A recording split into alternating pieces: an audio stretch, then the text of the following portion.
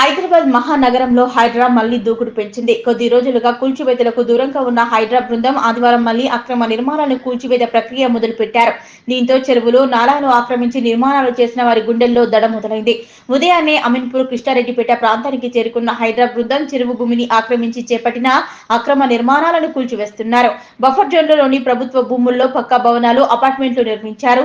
ఎఫ్డీఏలోని భూమి భవనాలను తొలగిస్తున్నారు. అయితే ప్రజలు నివాసం ఉండే నిర్మాణాలపై త్వరలో ప్రభుత్వం ఒక ప్రకటన చేసే అవకాశం ఉన్నట్లు తెలుస్తోంది. ప్రభుత్వ నిర్ణయం వెలువడిన తర్వాత చెరువు స్థలాన్ని ఆక్రమించి నిర్మాణాలు చేపట్టిన అపార్ట్మెంట్లు, ఇళ్లపై హైడ్రా కొరడా జులిపించే విధంగా కొనసాగుతున్నట్లు చర్యలు తెలుస్తోంది. అదేవిధంగా సంగారెడ్డి జిల్లా పరిధిలోని అక్రమ నిర్మాణాలపైన హైడ్రా కొరడా జులిపిస్తోంది. జిల్లా పరిధిలోని అమీన్పూర్ మున్సిపాలిటీ, కిష్టారెడ్డిపేట పరిధిలోని సర్వే నెంబర్ 164లో అక్రమ నిర్మాణాలను హైడ్రా సిబ్బంది కూల్చివేస్తున్నారు. 2 రోజుల క్రితం రాష్ట్ర కేబినెట్ భేటీ సమావేశంలో హైడ్రాపై సీఎం రేవంత్ రెడ్డి కీలక నిర్ణయం తీసుకున్నారు. హైడ్రాకు చట్టబద్ధత, సర్వాధికారాలు కల్పించాలని రాష్ట్ర మంత్రివర్గం నిర్ణయించింది. ఓఆర్ లోపల ఉన్న చెరువులు, కుంటలు, నాలాలతో పాటు వాటి ఎఫ్డీఎల్, బఫర్ జోన్ల పరిరక్షణ అధికారాలన్నీ హైడ్రాకి అప్పగిస్తూ మంత్రివర్గం నిర్ణయం తీసుకుంది. దీంతో హైడ్రా మరింత దూకుడు పెంచింది. సంగారెడ్డి జిల్లాలో అక్రమార్కుల గుండెల్లో దడ పుట్టించింది.